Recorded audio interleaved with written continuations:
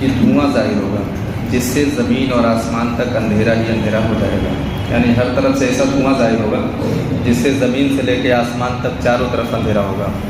26ویں نشانی یہ ہے دابۃ الارض، یہ ایک جانور ہے، یہ نکل جائے گا اور اس کے ہاتھ میں عصائے موسیٰ اور انگشتری سلیمان علیہ السلام ہوگی، یعنی موسیٰ علیہ السلام کی لاٹھی اور حضرت سلیمان علیہ السلام کی انگوٹھی اس جانور کے ہاتھ میں رہے گی۔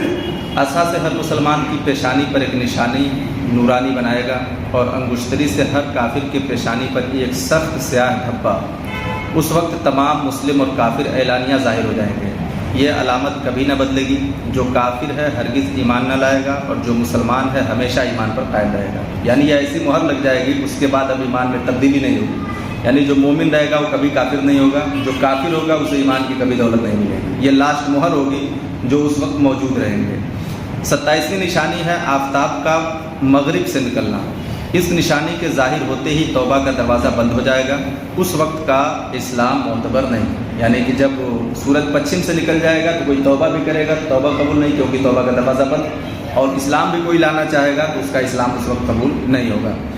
وفات سیدنا عیسیٰ علیہ السلام کے ایک زمانہ کے بعد جب قیامت کو صرف 40 برس رہ جائیں گے، ایک خوشبودار ٹھنڈی ہوا چلے گی جو لوگوں کے بغلوں کے نیچے سے گزرے گی، جس کا اثر یہ ہوگا کہ مسلمان کی روح قبض ہو جائے گی اور کافر ہی کافر رہ جائیں گے اور انہی پر قیامت قائم ہوگی۔ یہ خوشبودار ہوا چلے گی 40 سال پہلے قیامت آنے سے 40 سال پہلے ایک خوشبودار ہوا چلے گی، اسی ہوا سے تمام مومن انتقال کر جائیں گے، صرف کافر ہی رہ جائیں گے۔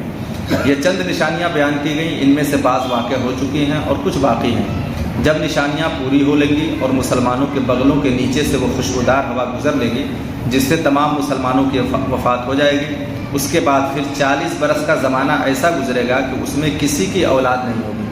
وہ 40 برس کیونکہ وہ مہر لگ چکا مومن اور کافر کا، اب آگے سے اولاد ہوگی تو پھر اس کے تعلق سے کیا ہوگا، کون مومن کون کافر، تو وہ دھبا اب لگ چکا، اب آگے کسی کی اولاد نہیں ہوگی، 40 برس سب لوگ ایسے ہی رہیں گے، یعنی 40 برس سے کم عمر کا کوئی نہیں رہے گا، اور دنیا میں کافر ہی کافر ہوں گے، اللہ کہنے والا کوئی نہیں ہوگا، کوئی اپنی دیوار لیستا ہوگا، کوئی کھانا کھاتا ہوگا، غرض لوگ اپنے اپنے کاموں میں مشغول ہوں گے جب 40 سال کا عرصہ گزر جائے گا کہ دفعتاً حضرت اسرافیل علیہ السلام کو سور پھونکنے کا حکم ہوگا۔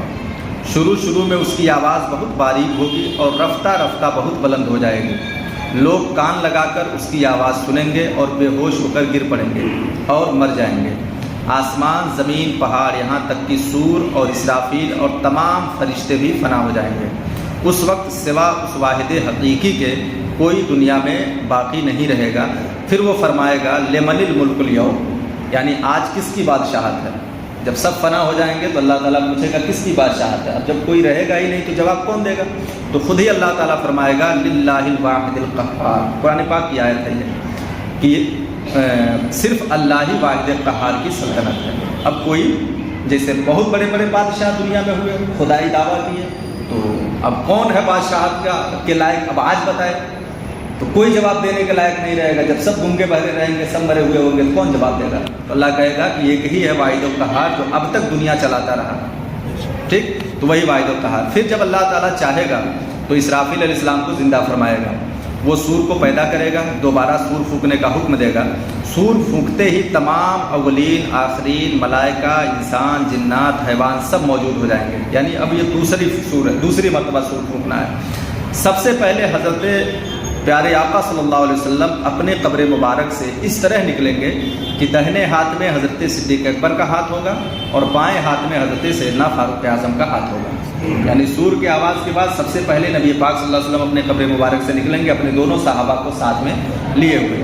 پھر مکہ معظمہ اور مدینہ طیبہ کے مقابر میں جتنے مسلمان دفن ہیں سب کو اپنے ہمراہ لے کر کے میدان محشر میں تشریف لے آئیں گے، یعنی کہ مکہ اور مدینہ، یعنی پہلے نبی پاک نکلیں گے اپنے دونوں صحابہ کے ساتھ، اس کے بعد مکہ مدینہ میں جتنے لوگ دفن رہیں گے، جنت البقیع میں، جنت المعلا میں، یا اس کے علاوہ بھی جو قبرستان ہوں گے مکہ اور مدینہ میں، ان قبرستانوں سے تمام مسلمانوں کو اٹھا کر کے میدان محشر میں لے کر کے آئیں گے۔ یہ قیامت کا پورا پس منظر ہے۔ اس طرح سے قیامت قائم ہوگی، اور اس سے پہلے جو چیز ہونی تھی، جو ابھی بیان کر دی گئی تقریباً مسلسل 15-20 دنوں سے، یہ سب قیامت کی وہ نشانیاں تھیں جو کچھ تو واقع ہو چکی ہیں اور کچھ ایسی ہیں جو واقع ہو کے رہیں گی، اس لیے کہ یہ سب نبی پاک صلی اللہ علیہ وسلم کے فرمودات ہیں، آقا صلی اللہ علیہ وسلم کی حدیثیں ہیں، تو نبی نے جب فرما دیا ہے تو وہ نشانیاں ہونی ہی ہیں اور ہو کر کے رہیں گی۔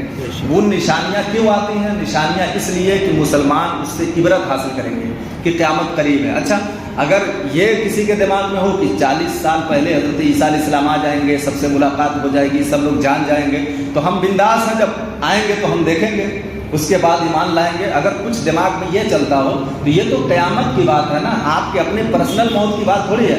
پرسنل موت تو آپ ذاتی موت تو کبھی بھی ہو سکتی ہے نا انسان کی، تو ہر انسان کو، صوفیہ فرماتے ہیں ہر انسان کو اپنا جو وقت گزر رہا ہے اسی وقت کو آخری سمجھنا چاہیے، اسی وقت کو آخری سمجھنا چاہیے۔ ہم ابھی جس پل میں بات کر رہے ہیں یہ ضروری نہیں کہ ہم 5 منٹ بعد بھی اس طرح بات کر رہے ہوں گے، کب ملک الموت آ جائے اور کب ہماری روح لے کے جائے اس کی کوئی گارنٹی نہیں، کوئی نہیں جانتا۔ یہ تو قیامت کی نشانی ہے، پتہ نہیں ہم پر آئے گی یا ہمارے آگے آنے والی نسلوں پہ آئے گی، کیونکہ اس کی بات ہو گئی، لیکن ہماری اپنی موت کی کوئی گارنٹی نہیں ہے کب ہم مر جائیں گے۔ اس لیے ہر آدمی کو اپنے خدا کو راضی کرنے والا کام ہر وقت کرنے کی کوشش کرنی چاہیے، عبادت، ریاضت اور بزرگوں کے اقوال پہ عمل کرنا، بڑے بڑے اولیاء جو اللہ کی بارگاہ میں مقبول ہیں ان کا سہارا لے کر کے دعائیں کرنا، اور دیکھیے کبھی بھی استقامت کی دعا نہیں چھوڑنی چاہیے، ہر دعا میں استقامت کی دعا ہونی چاہیے۔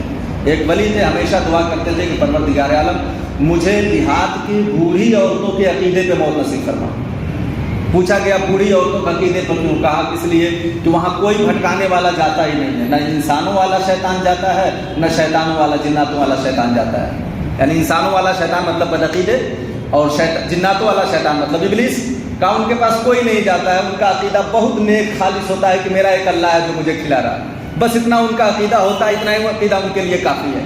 اور شہروں میں کیا ہوتا ہے؟ ہر قسم کے لوگ آتے ہیں، بھگانے والے، بھٹکانے والے، بنانے والے، سب قسم کے لوگ ہوتے ہیں، تو اس لیے وہ دعا ہمیشہ کیا مانگتے تھے؟ دیہات کی بوڑھی عورتوں کے عقیدے پہ موت نصیب فرما۔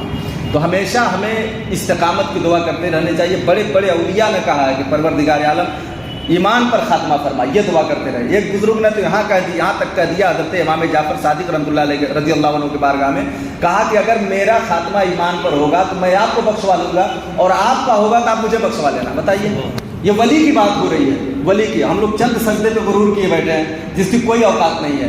جو اللہ کی بارگاہ میں مقبول ہے وہ کہہ رہا ہے اگر میں بخشا گیا تو آپ کو بخشوا لوں گا، اور آپ بخشے گئے تو مجھے بخشوا لینا۔ انہیں اپنے بخشش کی گارنٹی نہیں ہے، آپ بتائیں ہم لوگوں کے بخششوں کی گارنٹی لیے پھرتے ہیں۔ اس لیے ہر آدمی کو اپنے اپنے ایمان کی آجی فکر کرنے کی ضرورت ہے۔ یہ تو قیامت کی نشانیاں بتائی گئی ہیں، اپنے موت کی نشانیاں نہیں بتائی گئی ہیں۔ اپنے موت کی نشانیاں کچھ نہیں ہے، بس اتنا جانیے کہ کبھی بھی ہم مر سکتے ہیں، تو ہمیں ہر وقت اپنے لیے تیار رہنا چاہیے۔ اللہ تعالیٰ ہم سب کو